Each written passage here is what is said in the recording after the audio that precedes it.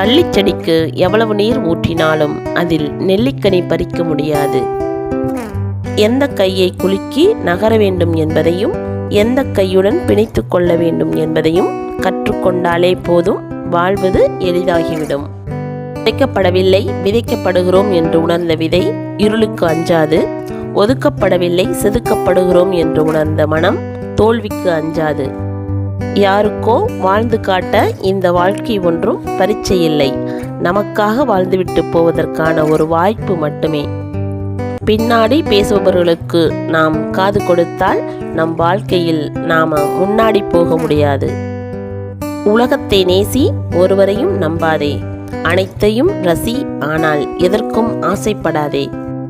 சதையோடு ஒட்டிய நகங்களுக்கும் நிராகரிப்புகள் உண்டு. விரல் தாண்டி வளரும்போது வறுமையில் கிடைக்கும் அனுபவம் வசதியில் கிடைக்காது. நீயாக இரு.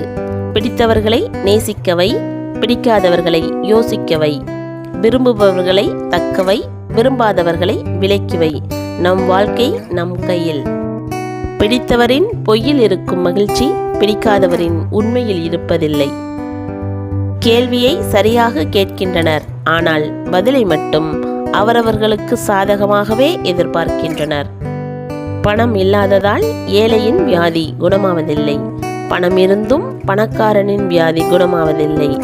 ஏன் என்பதுதான் புரியவில்லை. காசு கொடுத்து எதிரிகளை சம்பாதிக்கும் ஒரு வித்தியாசமான விளையாட்டுத்தான் கடன் கொடுப்பது. ஆணவம் நிமிர்ந்து நின்று அடிவாங்கும், ஞானம் பணிந்து நின்று வெற்றி பெறும். பொய்யை எவ்வளவு உயரத்தில் வைத்தாலும் அது விழுந்துவிடும்.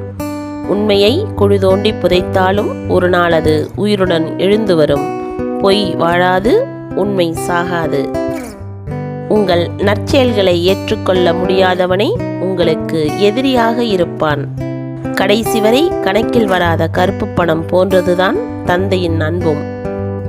அடுத்தவர்களை மட்டம் தட்டுபவர்களே, ஒன்றை புரிந்து கொள்ளுங்கள், அது திறமையல்ல, இயலாமையின் வெளிப்பாடு.